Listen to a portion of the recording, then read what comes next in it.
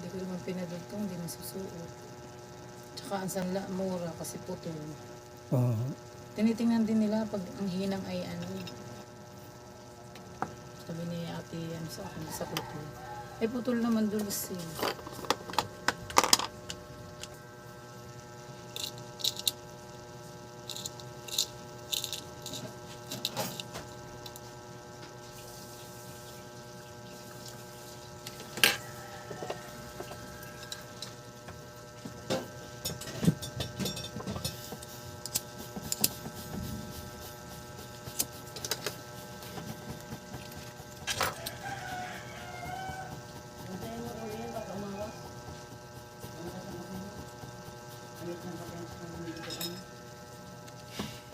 Saan ba yung buraks ko?